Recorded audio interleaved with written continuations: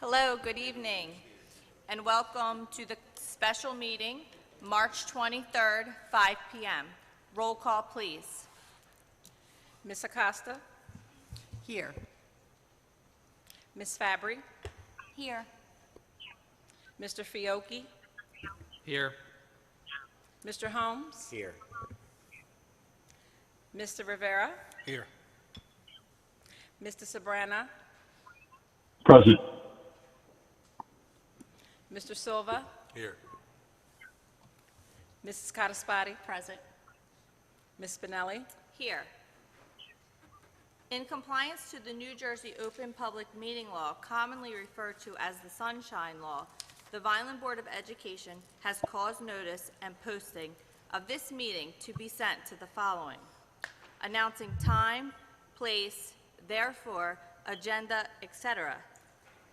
The Daily Journal, S&J Today, the Press of Atlantic City, Nuestra Comunidad, Visto Bueno, the Clerk for the City of Vineland, and the Administrative Office Public Board Bulletin Board. Now stand for the flag salute.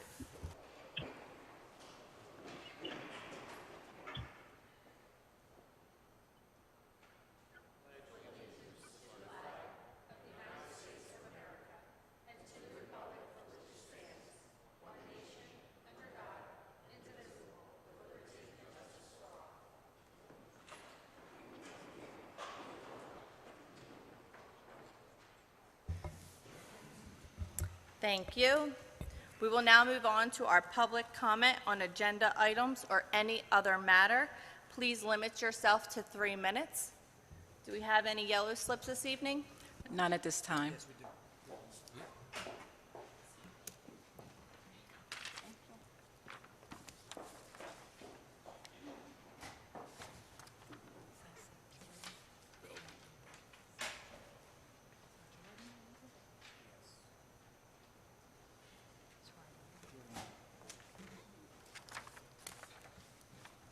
Yes, if I could have Jordan Belvitt come to the podium. The topic will be budget.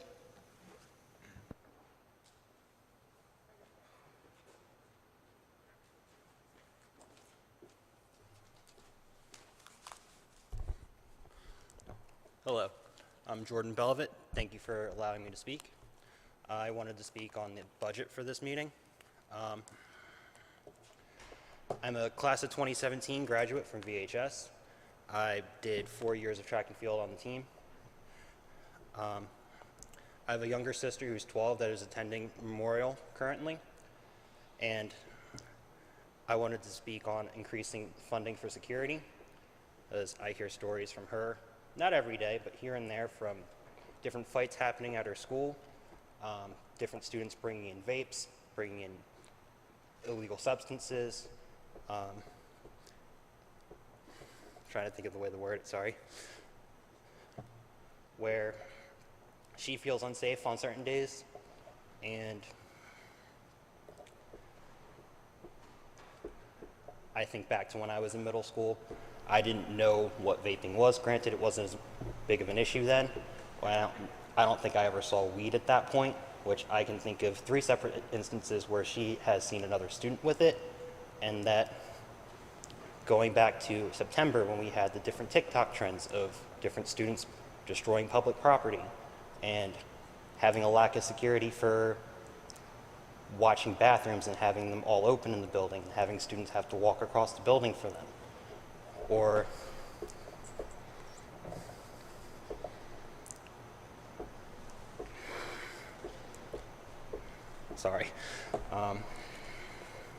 the fact that there's days she just doesn't want to go to school because she sees stuff that she shouldn't see as a 12-year-old. Another point I wanted to bring up was AMSA. I don't think that we should have a different program for accelerated students on an outside of the regular education for our public schools. I did 4 years of all honors and advanced classes, and I was in AP courses. And honestly, I don't think that even prepared me for college, with the fact that there were years that I had very minimal Hey, work. Jordan, can you get closer to the mic? I can't hear you. Sorry. There were years where I had very minimal workload, and that doesn't prepare you for college. My sister who actually qualified for AMSA. We chose to not put her through it because we didn't believe it was worth taking away from education for all students in the district as a whole. I believe we should take that money and put it towards our honors, advanced, and college level courses for all students and have all of them have the same opportunity. The fact that we have, I believe it's about 200 students and a program that's separated from the rest of the student population where they have less interaction with others isn't healthy for them. Thank you for allowing me to speak. Can I ask him a question? No, Dr. Sneeden, can you speak to Jordan? I couldn't hear what he brought up about memorial. Can you just check in with him before he leaves? Okay, thank you. Okay, moving on to superintendent recommendations.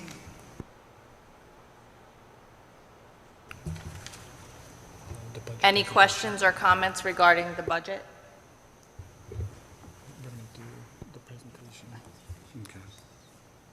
So at this time, we are going to present the 2022-2023 preliminary school district budget presentation. We're going to lower the screen, so if our board members could find a spot where they can actually view the screen, that'd be great, and the rest of the team will join me at the podium.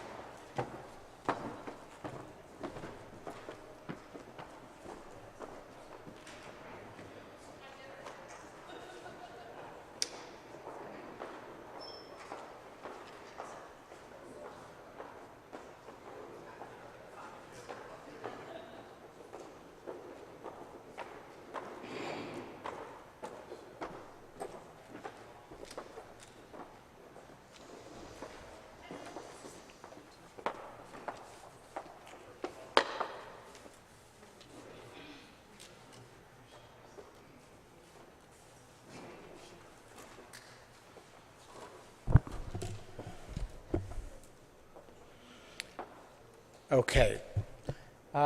This evening, we have the pleasure of presenting to you the 2022-2023 proposed school district budget. With me, I have members of our cabinet, our leadership team, who will assist with the presentation.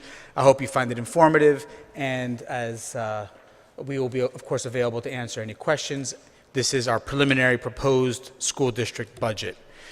We always want to begin with our school district's mission. Our mission statement, as posted on our website, speaks to our commitment to supporting a fair and equitable treatment and social justice for all persons. We strive to have high-quality education and support services to all students.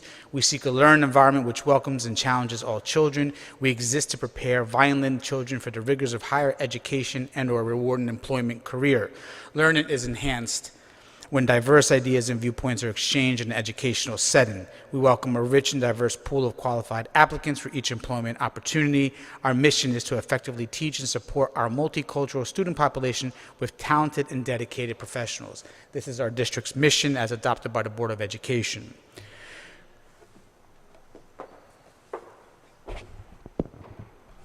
Incorporated with the district's mission is the business office mission. Our mission is to ensure a thorough and efficient budget while allocating resources in a fiscally responsible manner. We want to help aid in the achievement of lifelong learners because we know once our students graduate from high school here at Vineland, many of them go on to a trade school and many more go on to universities and colleges. So our students continue to learn once they leave here. We also want to discuss the purpose of our school budget, which is to create and implement a financial spending plan which supports appropriate funding for student programs.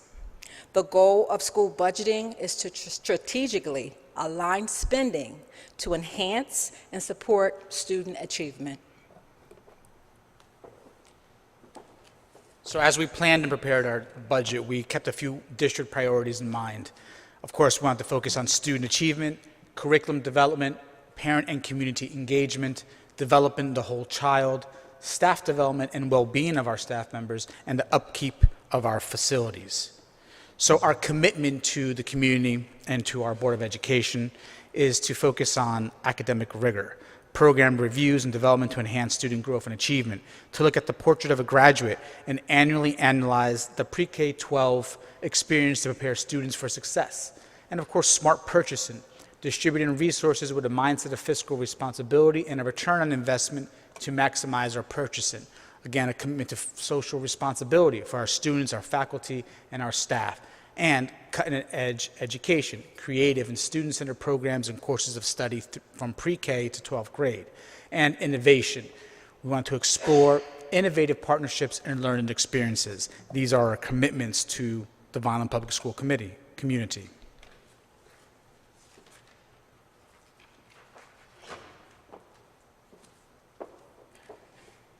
Okay.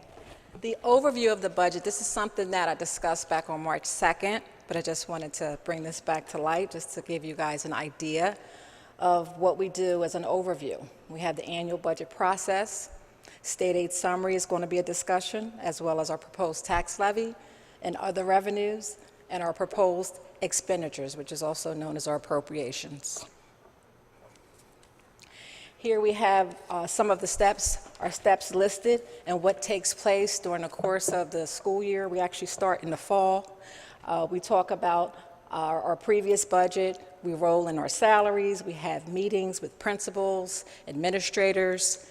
We also review our current expenditures, where we are and where we need to be. We enter a draft. We summarize it for administration.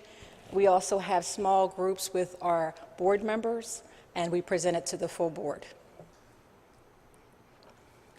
Funding sources. When we talk about funding sources, I'm going to talk a little bit in a minute about where does the money come from. But before I talk about funding sources, I just kind of wanted to give you an illustration on our enrollment. The enrollment trend is key to what we receive in state aid. Many of you know the ASSA, which is the application for school state aid, plays a major part in what we receive in state aid.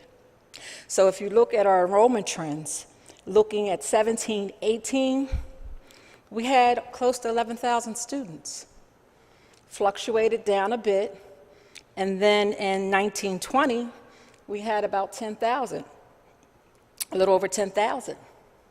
So currently, we're down about 300 students. We have 9,778 students. So the hope is to bring those students back who transferred out during the COVID to other school districts and whatnot. So as we move forward with all the creativity and everything that we're doing great in the district, we hope to bring those numbers back up. Okay, state aid summary. I talked about this a little bit on March 2nd. So now that we have our numbers in, I want to just talk about this a little bit more. Equalization aid.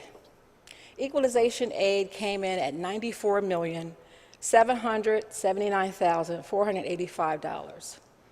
We received an increase of $1.9 million. When we were building this budget, based on flat aid, meaning that's without the 1.9.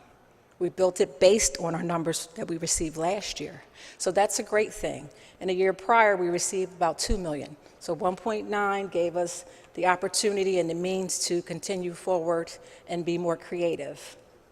Our school choice aid, we're still waiting for some final determinations on those monies. Transportation aid came in at $4.7 million. That's not a typo. It's actually the same amount of money we received last year. What you need to remember is that although the state aid is broken down into different categories, it takes about $11 million to fund transportation. And you will see that in a later slide when I start to talk about our appropriations. So we received 4.7 in transportation aid. Part of that has to do largely to our DRTRS application, which is our district transportation application for students. It's typically due around mid-November, so we have to make sure we fill that out accurate because this affects part of our state aid. Special ed aid came in at $5.2 million. Our special ed costs are far exceed 5.2. And you'll see again later on in the slide, our special ed costs are close to about $40 million. One of the things that helps us with special aid is IDEA. We do allocate monies towards tuition for IDEA to help offset some of the cost. Security aid came in at $3.3 million, remained flat, same exact number we received last year. Adjustment aid, no rhyme or reason. Adjustment aid, when the state has money left over, when they're done out making their allocations, they look to ABIT districts and private ABIT districts, and they divvy the money up. So we received $31 million, same exact numbers we received last year. Extraordinary aid, that's an application, typically is due in February. The application is geared towards special ed and resources that the district pays. In other words, when we send any of our students to a public school and they need resources, anything over $40,000 for that student, we're entitled to a percentage. I believe it was 75%. When we look at our special ed population, any student that we send to a private school and we spend more than $55,000, and then that student may have a one-to-one, they may have a nurse, anything over $55,000, we're entitled to a percentage of that, of those monies. So we're looking at $1.2 million.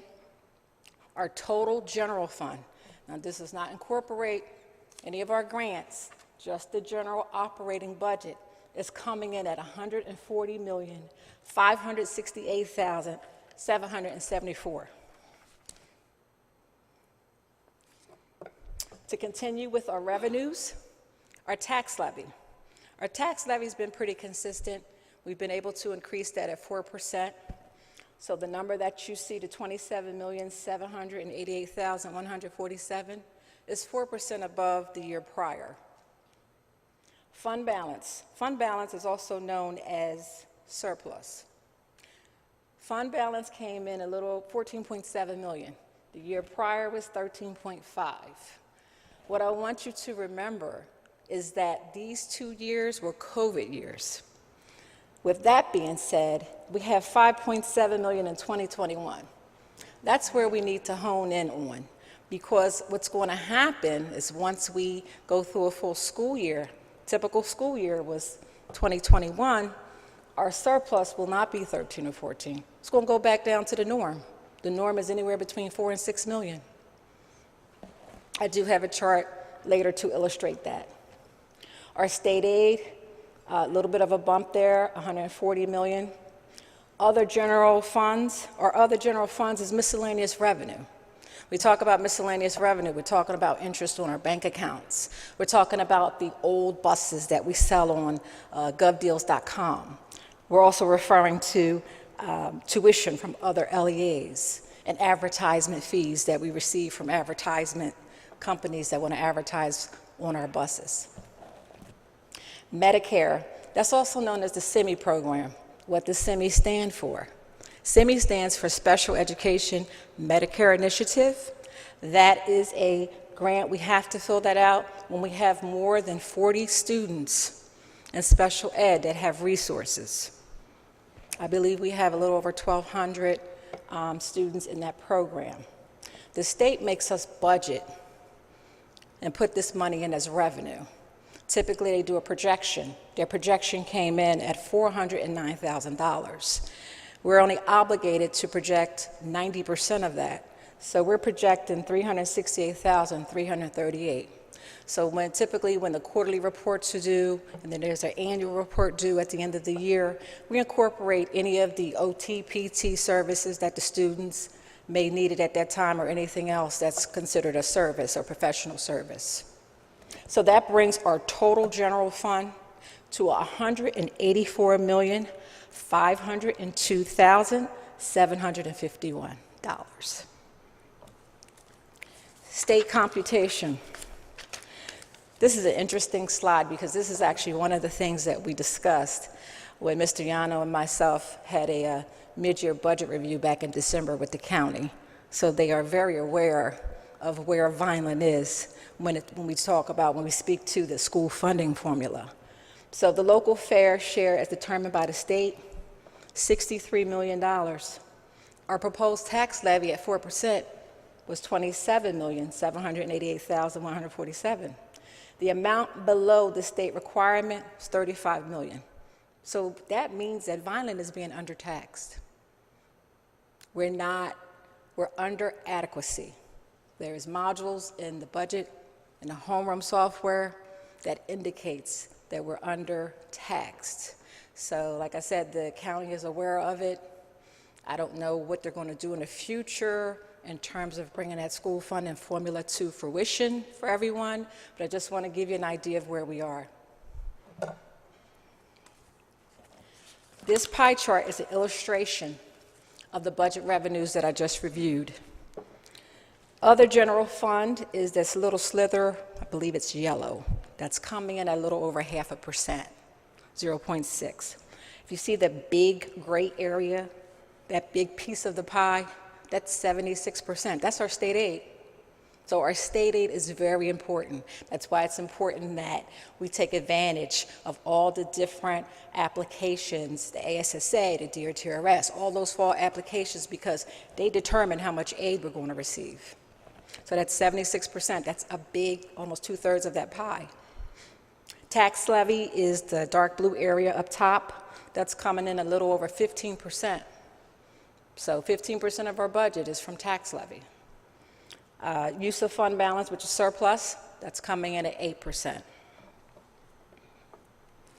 Here's another illustration. This is a bar graph, just another way of looking at things. If you look to the far right, you see that's 2021. The blue bar graphs indicate semi-program, which has been pretty consistent.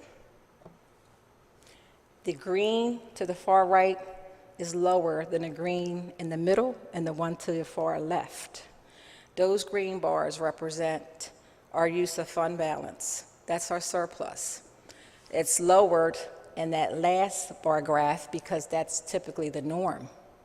The first two bar graphs show you the COVID years. The red bar graph indicates our tax levy. So you can see that's been consistent. Now, how the allocation is distributed. In other words, where does the money go?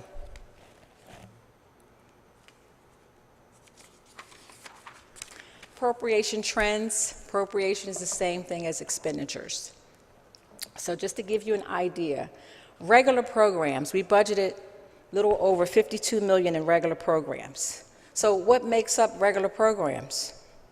Regular programs consist of teacher salaries, home instruction, professional services, and supplies. So just want to kind of give you guys an idea of what makes these categories up and why we budgeted what we did. Special education programs, here we're budgeting a little over $21 million. That's salaries, purchase professional services. Support services, we're budgeting $14,771,249. Support services are made up of professional services, health services, OTPT, child study team salaries, media supplies, and staff trainings. So those are all the things that are incorporated into the support services. Tuition students, here we're budgeting for our out-of-district students. We're budgeting tuition to other LEAs as well as students that go to county special services. And we're budgeting $11.4 million there. Administrative support and central services, $12.7 million. This line item is a makeup of legal services, architectural fees, audit fees, supplies. So those kind of things are a factor in administrative support. That's what makes up the $12.7 million that we're budgeting. Facilities and plant. Facilities, we budgeted $14.8 million. What's included in that is repairs, cleaning, supplies, as well as gas and electric. Security, we budgeted $1.9 million there. Security consists of salaries are budgeted there, as well as purchase services and supplies. Transportation, we budgeted 11.2. If you remember in the state aid slide, transportation, state aid, they actually gave the district 4.7. 4.7 is not enough to support that program. So we have to budget overall, it comes to about 11 million, 11.2. But what makes up transportation is our regular and special ed transportation, our regular ed students as well as our special ed students. Our lease purchases for our buses, because we are going to continue to purchase our buses as we filter out the older buses. Our aid in lieu is also factored there. That's for parents who actually take their student to school when we can't find, and we put out a quote to go out to bid and no one picks up that bid and the parent's able to drive the student. So that money is also budgeted there, as well as supplies. Employee benefits and insurance. The district's insurance is budgeted there. This comes in at $39,332,962. This is made up of the district's insurance, Social Security contributions, workers' comp, health, and tuition reimbursement. Student clubs and sports, we budgeted 1.5. That's basically for our stipends for the clubs and athletics.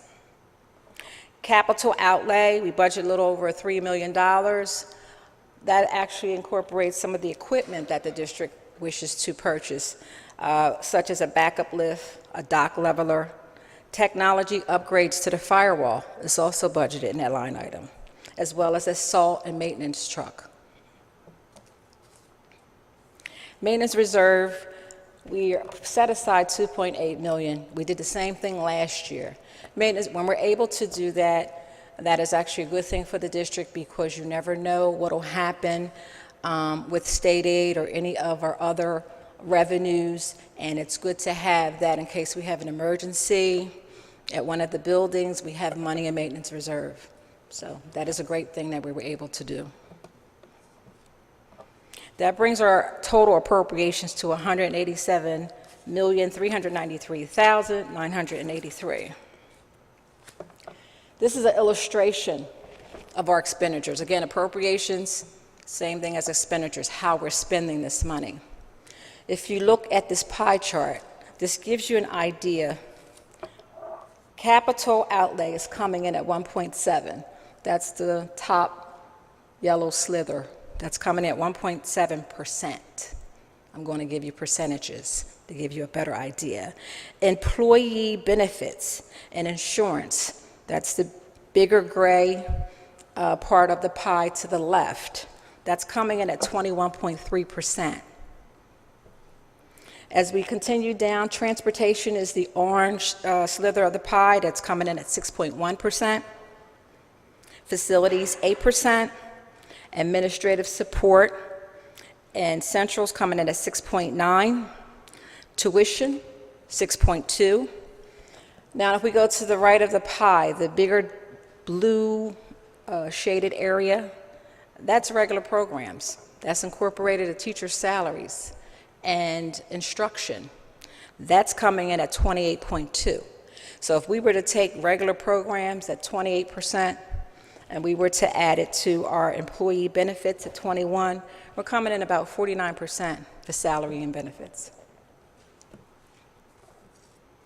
Special education programs is 11.6, and support services is coming in at 8%. The total budget for the Vineland Board of Ed, our operating budget by itself is $184 million. This includes the 2.8 that we put in for maintenance reserve. Our special revenue actually rounds out the total budget for Vineland. Special revenues, we're talking about our IDEA, our Title I monies, as well as our Perkins grants and anything of that nature. So that's coming in at a little over $59 million. So the total, we have no debt service, so the total of all of our revenues, $244,006,660. Here's a tax comparison chart. This tax comparison chart was put in place, and the tax assessor's office, actually, they send this information in to the business office. If we look at, this is a 5-6 year comparison. If we look at the very bottom line, we're looking at the assessed valuation for the city of Vineland. The assessed valuation is $3,857,392,600. So that's the value of all of the properties in the city of Vineland. When we look at the average home assessed in Vineland is $160,000.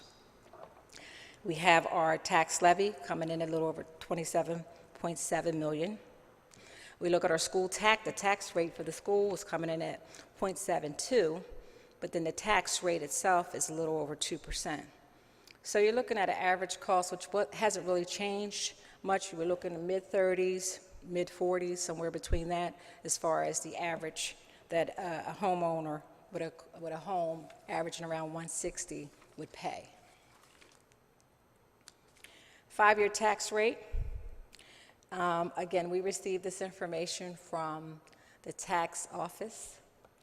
This is an interesting slide because this tells you where we stand in terms of school rate. The top line, 2021, the total rate is a little over 3%. The county rate is coming in at 1.2. County space is very minimal. The total county comes in at 1.247. When you look at the school district, which is in red, the school district actually receives a little over 0.5%. It doesn't even rate as a full percent. We're talking 0.698, 0.7%. The local municipality receives a little over 1%. The library, 0.035. Total municipal, 1.7. So you see, if you look going across the board, and if you look prior in 2020, 2019, 2018, unfortunately, the school district does not receive a whole percent. So that's just for your information on where we stand. Okay, and at this time. So we received a lot of information about our revenues and our appropriations. You got a lot of numbers. But now we want to give you some more detail about how the budget is going to look, what our investments are in our school districts. So Mr. Fry will begin with mathematics. Thank you. The next 5 slides represent the district's major curricular plans for the upcoming school year, including long-range opportunities presented through ESSER funding and local funding to assist students, teachers, and administrators in the classroom.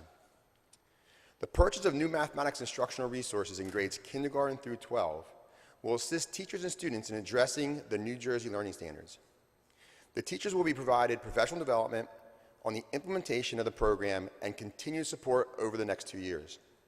The selection of the program and the professional development plan will be led by a team of teachers and administrators. The plan will include research-based strategies to support all learners, consultants to provide strategies for teaching standards, and opportunities for teachers to work with administration to align student needs with supplemental materials and ELL and other special education resources. Included in the plan are opportunities to build in summer and beyond the school day initiatives designed to assist students to gain proficiency in critical thinking. Okay, language arts.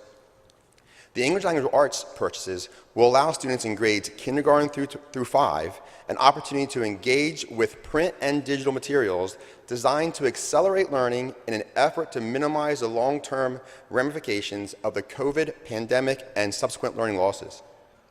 The program will be used to address student learning at multiple levels and will provide intervention and supplemental resources to use in after-school and summer programs.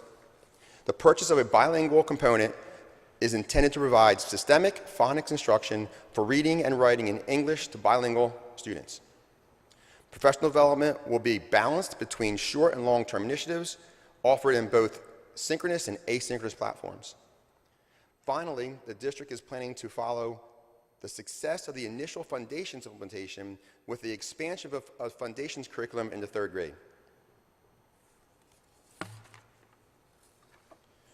The districts have been challenged in hiring qualified content area specialists with master's degrees as required by the new college dual credit guidelines. A planned tuition reimbursement and stipend program designed to support teachers in completing a master's degree and commit to teaching in the high school dual credit program will benefit both students and teachers. The program will also include hard-to-staff areas including career and technical education, special education, ESL, and bilingual specialists. Curriculum resources for CTE programs will be extended, and professional development in restorative practices will begin this summer in our summer learning academies for both teachers and administrators. Social and emotional learning curriculum will be expanded from the middle school into all elementary schools as a component of our current specials rotation and after-school programs. College readiness assessments like the SAT, ACT, PSAT will be available to all students in grades 8 through 12. We are beginning the process of evaluating our current observation systems and plan to adjust as needed. We also plan to begin offering students-centered academic camps over the spring and winter breaks. Oh yeah, sorry.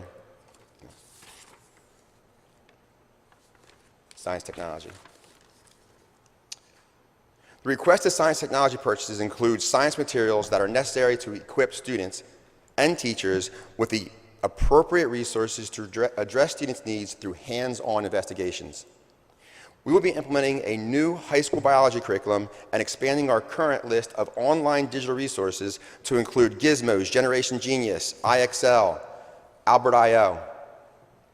Technology initiatives include the addition of 7,000 Chromebooks, upgrades to infrastructure and phone systems, 850 hotspots, increased wireless access, cybersecurity prevention, and continued commitment to the online educational resources in the past. Thank you. I'll turn you over to special education.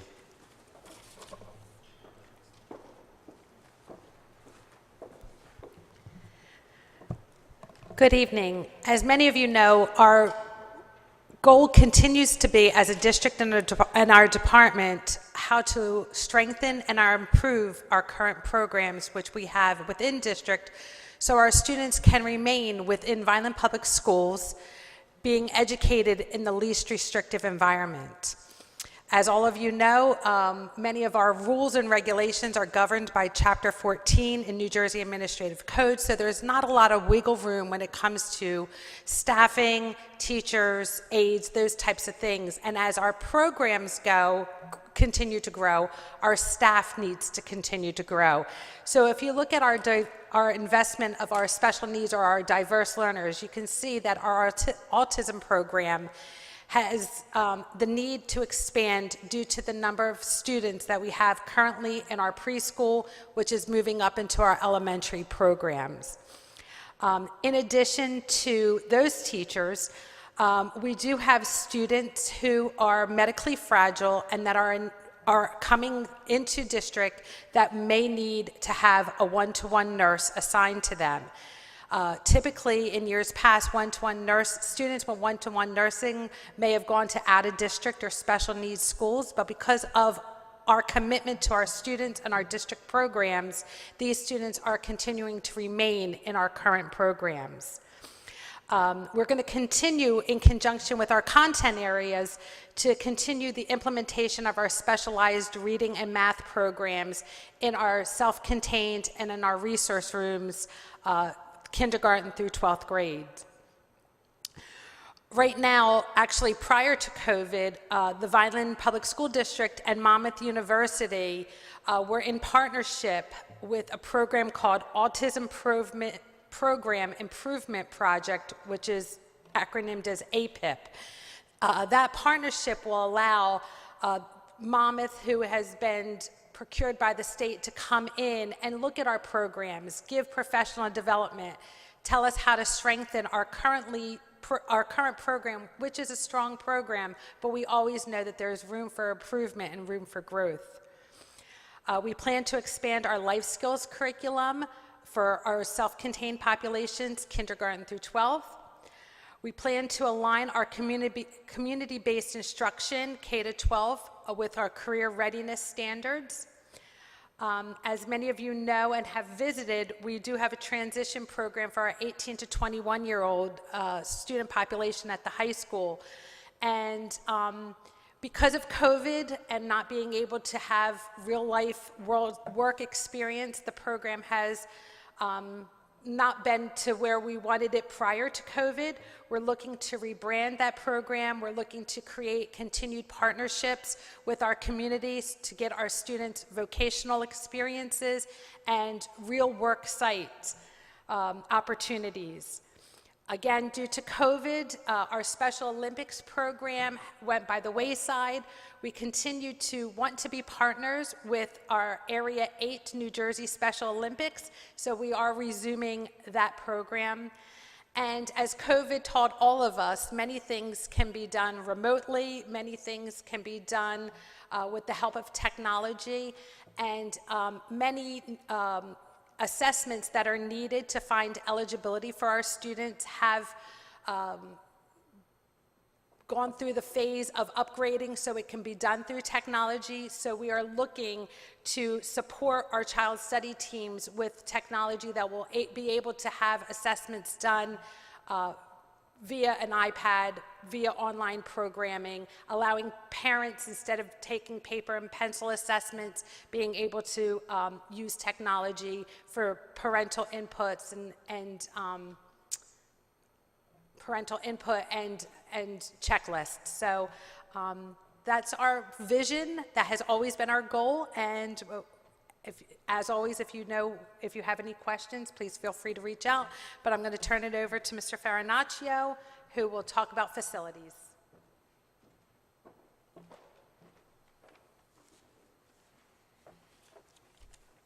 Thank you, everyone. Continuing on in regards to facilities and operations in our investment,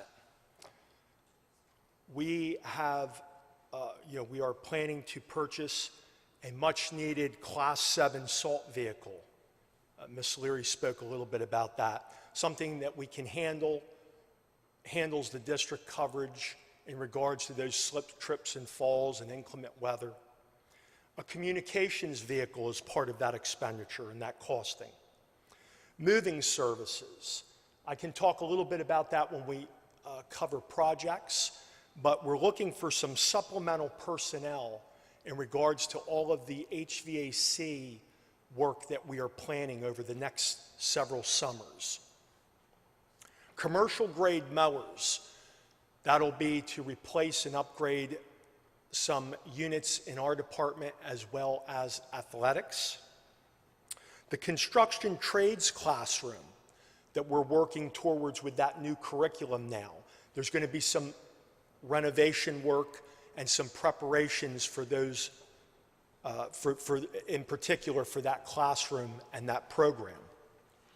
The greenhouse expansion is actually being worked on right now at the high school, and that continues on. It's the final leg in regards to the agricultural and sciences at Vineland High School. In skilled maintenance, we're looking to offset the rising cost of contracted services. And so therefore, we are adding another equipment operator for grounds work, an electrician, and a carpenter in the near future. We've already added a facilities coordinator, which has been greatly appreciated. And also in our central warehouse, an inventory specialist clerk to handle, we're coming out of COVID, there's additional things are ramping back up, so that's a position that was returned.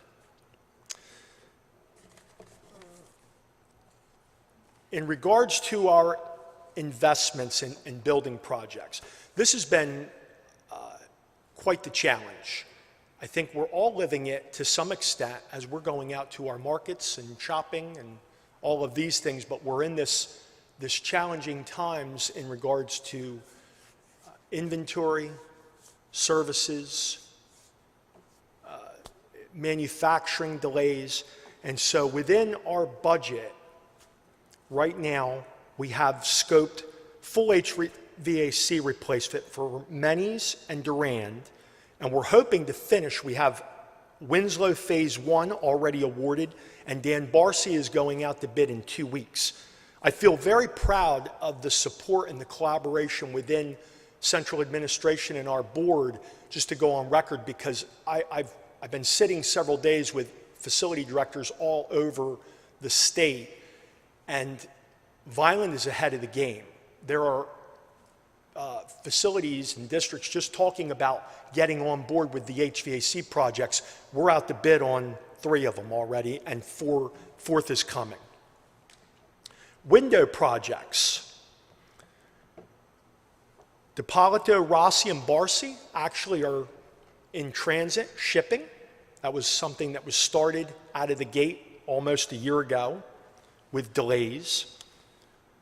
And we have upcoming, we are planning Durand, Menny's, Winslow, Vineland High School North, Vineland High School South. There's a remaining section in the vocational wing that was never upgraded. Cuttingham and Landis administrative offices. So we're still hoping, in regards to the changing challenges with pricing and manufacturing and all of those things, but we're still hoping to get that entire scope included. As far as roofing projects, DiPolito School is out to bid right now. That's being covered and handled in the last of our 21 and 22 capital budget. And Rossi Elementary School will be for the near coming months in our 22-23 budget. Additionally, we are looking at resurfacing the Vineland High School running track, which is, it's time to resurface. So that concludes the facilities portion. And so I'd like to call up Dr. Sneven.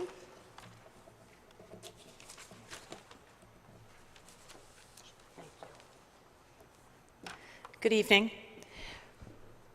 Our upcoming budget has some safety upgrades that I'm excited about. We will have some camera upgrades, security camera upgrades at Vineland High School, Memorial, Wallace, and Pilla.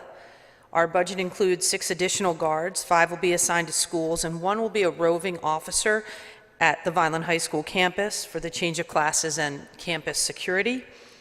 Our full-time guards already have uniforms. Our part-time guards will be getting similar uniforms, and we have money invested for de-escalation training, metal detector training, and handle with care training. We have installed, well, we've started to install metal detectors at Vineland High School.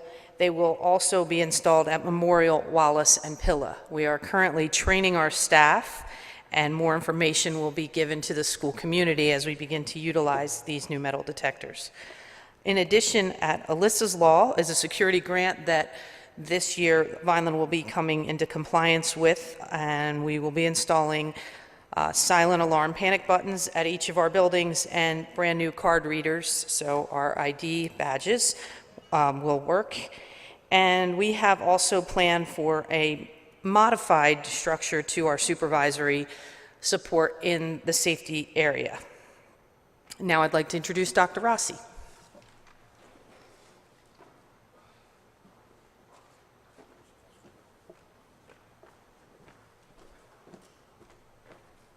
This actually relates somewhat to the gentleman who spoke earlier at the meeting. We're looking to add assistant principal leadership at our buildings to hopefully prevent the need for more security, if that's possible, to diffuse situations, to manage the children effectively before incidents occur. There's a need also for some athletics enhancement to be fair to middle school athletes who do not have some opportunities at this moment. Media specialist is academic issues that Mr. Fry had addressed. Construction trades teacher begins very shortly in early April. We're very excited about the potential for that program and the career opportunities we'll provide to our students. Additional nursing is always on the agenda. It's a matter of affordability, of course. It is in the budget at this time, as you see, for the Tanner building. It's a constant need. And the Executive Director of Operations, as Mr. Yano has discussed previously with the board, these are areas, transportation, registration, technology, and security, which could be enhanced with oversight. Thank you. And just want to also point out that we continue our investment in our schools. We've maintained in our 2022-2023 proposed budget our class size reduction teachers, our basic skills teachers, our developmental first and third grade teachers and aides, our reading and math specialists who we've brought on through our ESSER funding, and our district instructional coaches. We've also started the process to reallocate funds to support school-based expenditures by moving money out of centralized accounts into school-based accounts to properly account for the use of those funds at school buildings for students directly. And as mentioned earlier, we're very excited to bring our middle school sports back with a focus on soccer, basketball, track and field, I believe, to begin with, and that will be an exciting start to the process.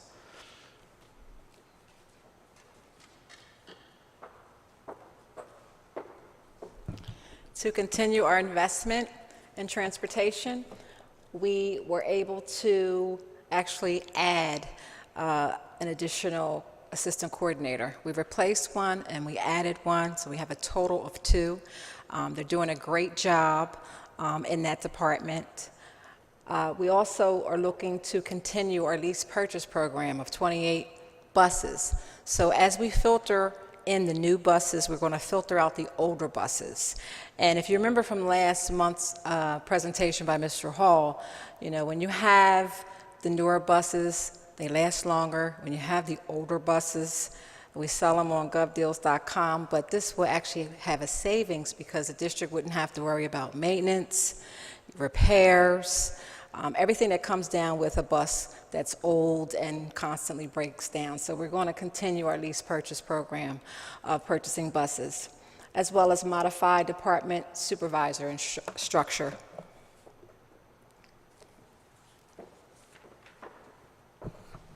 So we've given you a snapshot of our proposed budget, which is a combination of federal funding and local funds, right? So if you noticed when Mr. Fry was speaking on his slides, there was an E.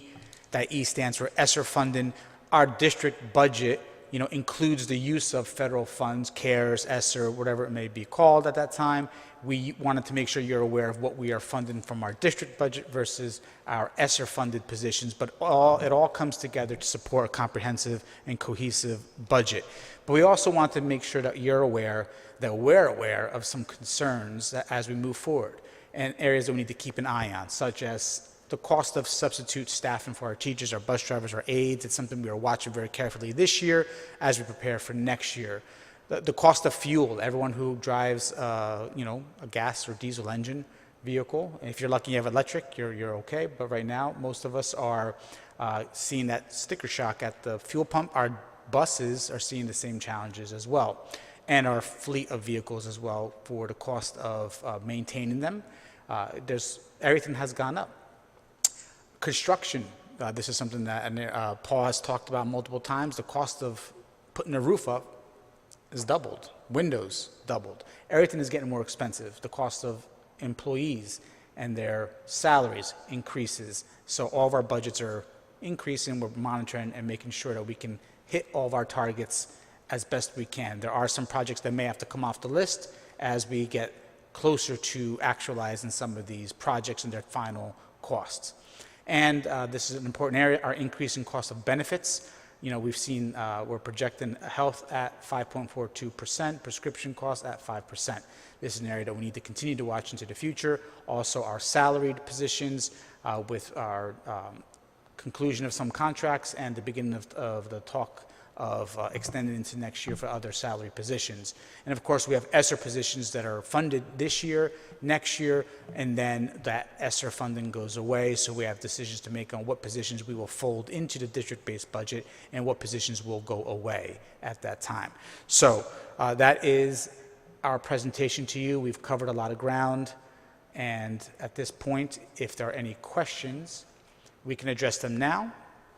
And all of our team members will be available to answer as best we can. And if there's something we cannot answer at this moment, we will come back and provide that information in writing or at a later time at our next board meeting.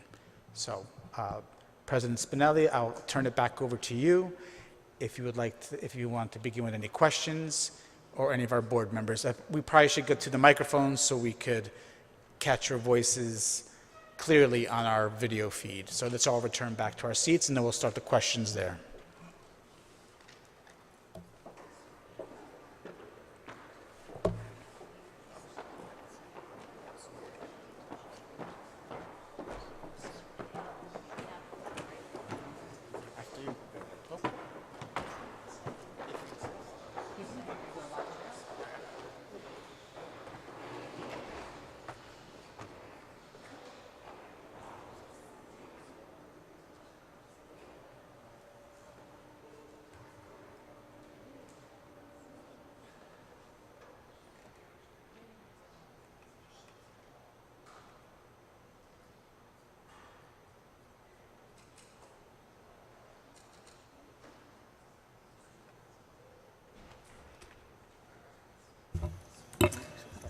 Thank you for that wealth of information.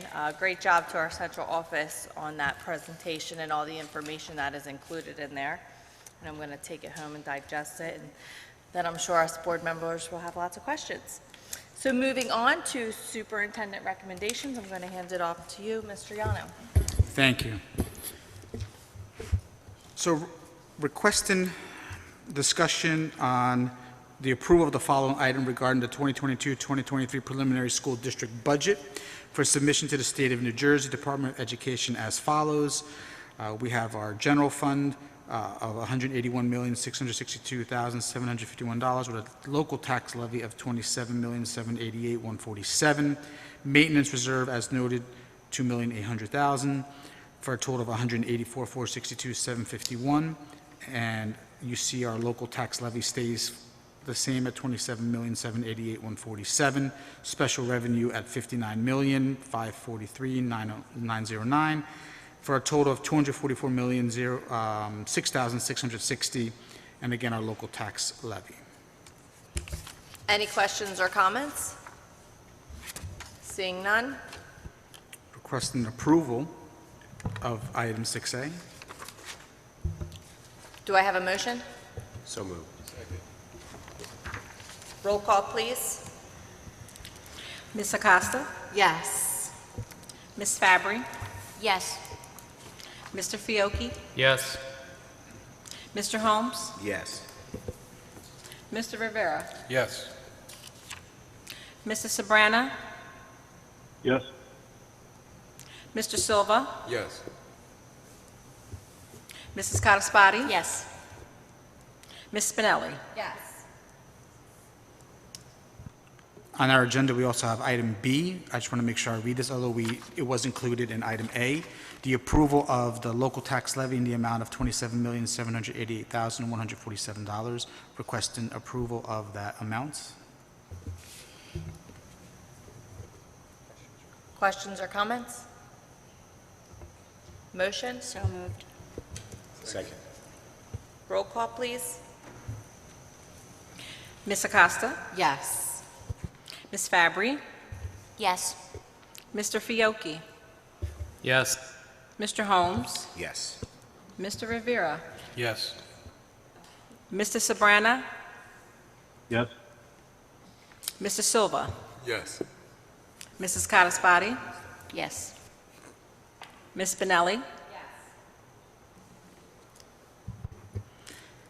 And we're going to do item C, approval of the maximum travel amount in accordance with NJAC 6A23A 7.3 for the 2022-23 school district budget in the amount of $39,970. The travel amount spent to date in the 2021-2022 school year is $10,727.52.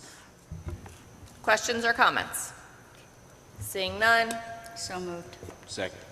roll call, please. Ms. Acosta? Yes. Ms. Fabry? Yes. Mr. Fiocchi? Yes. Mr. Holmes? Yes. Mr. Rivera? Yes. Mr. Sabrana? Yes. Mr. Silva, Yes. Mrs. Cataspati, Yes. Ms. Spinelli. Okay, that concludes that section of our agenda. Moving on, number 7, proposed items for review or discussion or adopted by board members. At this time, we are going to discuss the process and the timeline of the superintendent evaluation. I'm going to hand the mic over to Vice President Cataspati, as she is the chair on the superintendent evaluation. This is pretty quick. I'm just going to give the timeline as to our superintendent evaluation process, and all non-conflicted board members will be taking part in this. The evaluation pre-conference for the board and the superintendent begins today, March 23rd. The superintendent will then input his goals and his comments and his evidence and all that, and we need that by April 14th. The board will then meet, the non-conflicted will meet and we'll compare and we'll do our evaluation, and that has to be done by May 5th. New Jersey school boards will compile the individual responses. The board will meet in an executive session to review those responses and to determine a majority opinion. We will have that done between May 9th and May 17th. Ms. Spinelli and I will get together after that, and we will develop an annual performance report, and that will be due on or before May 25th. Then the board and the superintendent in executive session of all non-conflicted members will meet and review this for his annual performance report, and we hope to have this done by June 7th. These dates are tentative, barring any kind of an emergency, but that's pretty much what our timeline is going to be. And what's the deadline? July 1st. Any questions or comments regarding the superintendent evaluation? Seeing none.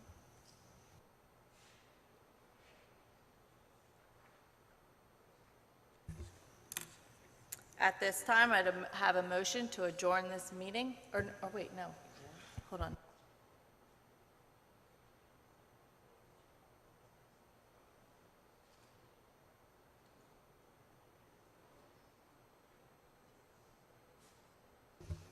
I'm going to move, it's not on the agenda, but we're going to do board member remarks. Mr. Rivera? None of this time. Mr. Sabrana? None at this time. Mr. Silva? None at this time. Mr. Fiocchi? Nothing at this time. Mr. Holmes? Nothing at this time. Ms. Acosta? I just want to thank our business administrator and our wonderful staff for all the hard work. I know you've put a lot of time in, and I appreciate you meeting with us to explain the budget and the budget process. So thank you. Ms. Fabry? I just wanted to thank Mr., I believe his name was Jordan. I'm sorry I didn't get his last name, but thank you for coming out and speaking to us tonight. It's very courageous of you, especially to come on behalf of your sister, and we want to hear what's going on in the school, so I appreciate the feedback.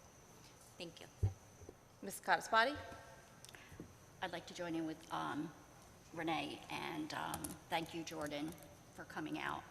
It helps when the public does come out and speak, because then we, kind of find out things also that we may not know. I would also like to thank everybody that participated in the budget presentation. There's a lot to digest, so our questions will be forthcoming. Mr. Yano? Just want to say thank you to the team for the work that we put together to develop this budget. We look forward to any questions or comments, and we look to help our board members understand the work that's been put in, and where there is feedback, we will address, we will reflect, and continue the process to produce an excellent budget for the next school year. So thank you. Thank you for that. There's obviously a lot of exciting things in the budget that I saw: middle school sports, upgrading our camera system, some things with security, getting some new positions here that are much needed in the district. I think there was some reading specialists, math specialists, so definitely look forward to diving in and learning more about that. Great job to the team again, and at this time, I would like to adjourn this meeting. Do I have a motion? So moved. All in favor?